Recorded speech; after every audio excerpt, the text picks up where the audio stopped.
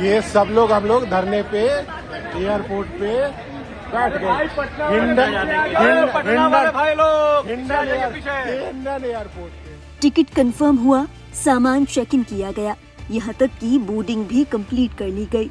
Flight में बैठे यात्री इंतजार करते रहे कि फ्लाइट अब टेक ऑफ लेगी, तब टेक ऑफ लेगी। तकरीबन 2 घंटे इंतजार करने के बाद पता चलता है कि पायलट ही नदारद है और फ्लाइट को कैंसिल कर दिया गया। मामला है कई महीनों से सुर्खियों में चल रही एयरलाइन एयर इंडिया का।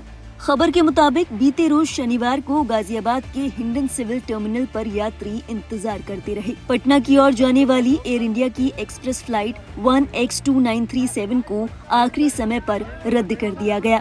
दोपहर तकरीबन 1:30 बजे उड़ान भरने वाली इस फ्लाइट में यात्री बोर्डिंग कर चुके थे। वे करीब 2 घंटे तक विमान के अंदर बैठे रहे। इसके बाद अचानक घोषणा की गई कि फ्लाइट को रद्द कर दिया गया है। एयर इंडिया एयरलाइंस की ओर से गैर जिम्मेदाराना व्यवहार के बाद यात्रियों का गुस्सा 7वें आसमान पर था।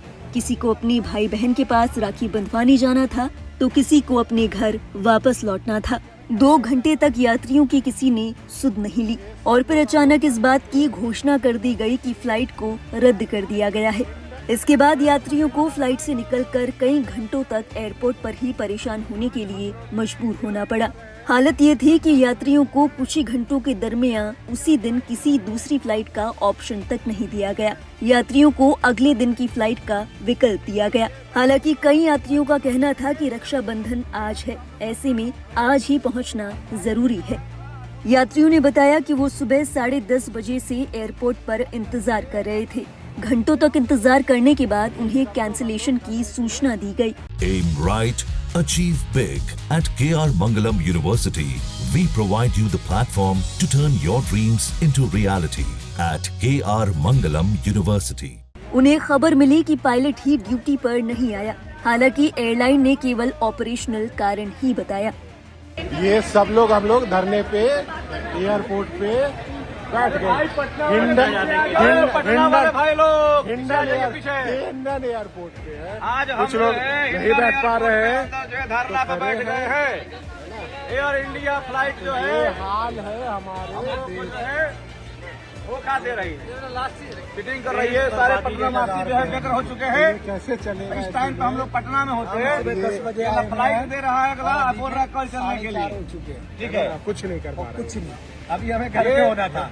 बता दें ये पहली दफा नहीं है जब हिंडन एयरपोर्ट से बोर्डिंग के बाद फ्लाइट में देरी हुई हो।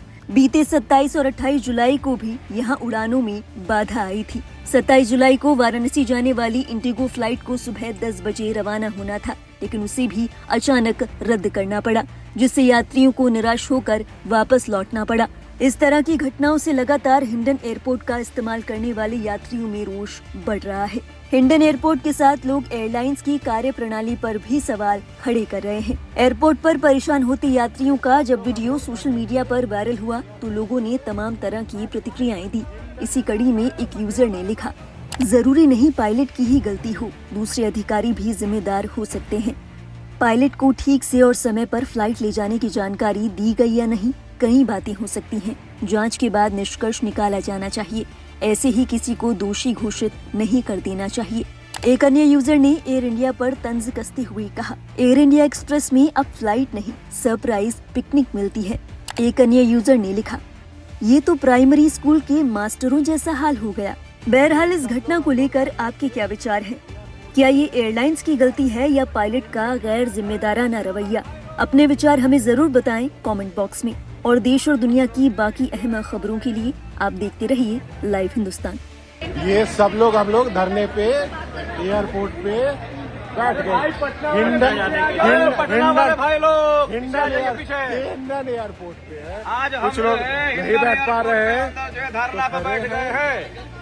एयर इंडिया फ्लाइट जो है हाल है हमारे देश है वो खा दे रही है, फिटिंग कर रही है। सारे पटना वासी जो है बेघर हो चुके हैं। कैसे चलेगा? इस टाइम पे हम लोग पटना में होते हैं। 10 बजे फ्लाइट दे रहा है, अगला बोल रहा है कल चलने के लिए।